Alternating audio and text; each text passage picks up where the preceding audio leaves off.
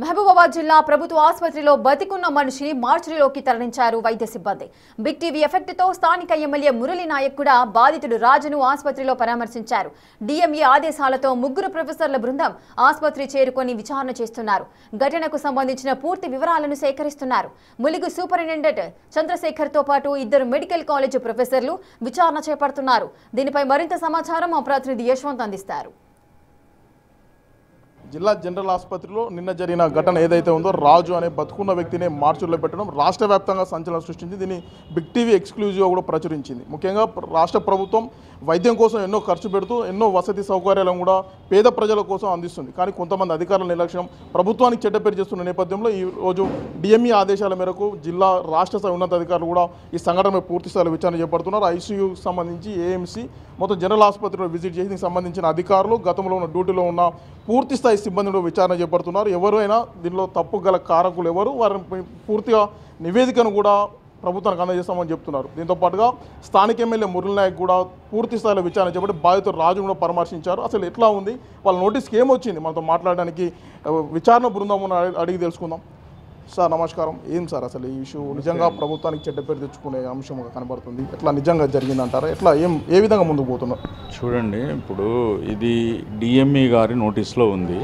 వెంటనే మా ముగ్గురి బృందాన్ని ఇక్కడికి వెళ్ళి అంటే స్థల పరిశీలన చేసి నిజానిజాలు తెలుసుకొని ఏమి కారణము ఎవరు కారణము అవన్నీ ఒక నివేదిక ఏమని అన్నారు. మేము వచ్చిన దగ్గర నుంచి అక్కడ ఫస్ట్ పేషెంట్ దగ్గర పోయినాము, ఎక్కడ ఉన్నాడు, ఎట్లా మూమెంట్స్ అయినాయి, ఎవరెవరు దీన్ని రొటీన్గా చేస్తారు అనే వివరాలన్నీ సేకరిస్తూ కొన్ని ఫోటోలు కూడా తీసుకొని అందరి రిటర్న్ స్టేట్మెంట్స్, ఎందుకంటే మాట్లాడిన ఎట్లుంటుంది, రిటర్న్ స్టేట్మెంట్స్ తీసుకొని అవన్నిటిని మేము సేకరించిన వివరాలను డిఎంఈ గారికి పంపిస్తారు. దాని మీదనే వాళ్ళ చర్యలు తదుపరి నిర్ణయాలు ఉంటాయి. మేము మాత్రం ఏంటంటే వాళ్ళ రిప్రజెంటేటివ్గా, డిఎంఈ గారి రిప్రజెంటేటివ్గా, ప్రభుత్వ రిప్రజెంటేటివ్గా ఇక్కడికి వచ్చేసి ఇక్కడ జరిగిన వాస్తవాలను ఎవరెవరికి దీనికి గురించిన నిజాలు తెలుస్తాయి అనేది తెలుసుకొని ఆ నివేదికను పొందుపరిచి అది ఎందుకంటే సీల్డ్ కవర్నే ఇవ్వాలి, మాకు ఆదేశాలు అట్లనే ఉన్నాయి, అవి ఇచ్చేస్తాము. అందులో భాగంగా ఇప్పుడు మార్చిని చూడడానికి కూడా వచ్చేసినాము. Thank you sir. మొత్తానికి ఇప్పటికే పూర్తి స్థాయిలో డిఎంఈ ఆదేశాల మేరకు విచారణ చేపడుతున్నాం.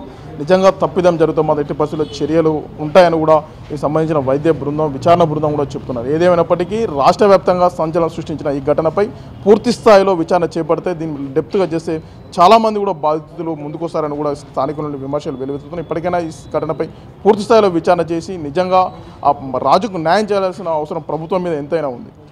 వీడియో జర్నలిస్ట్ వీరేందర్తో యశ్వంత్, బిగ్ టీవీ, మహబూబాబాద్.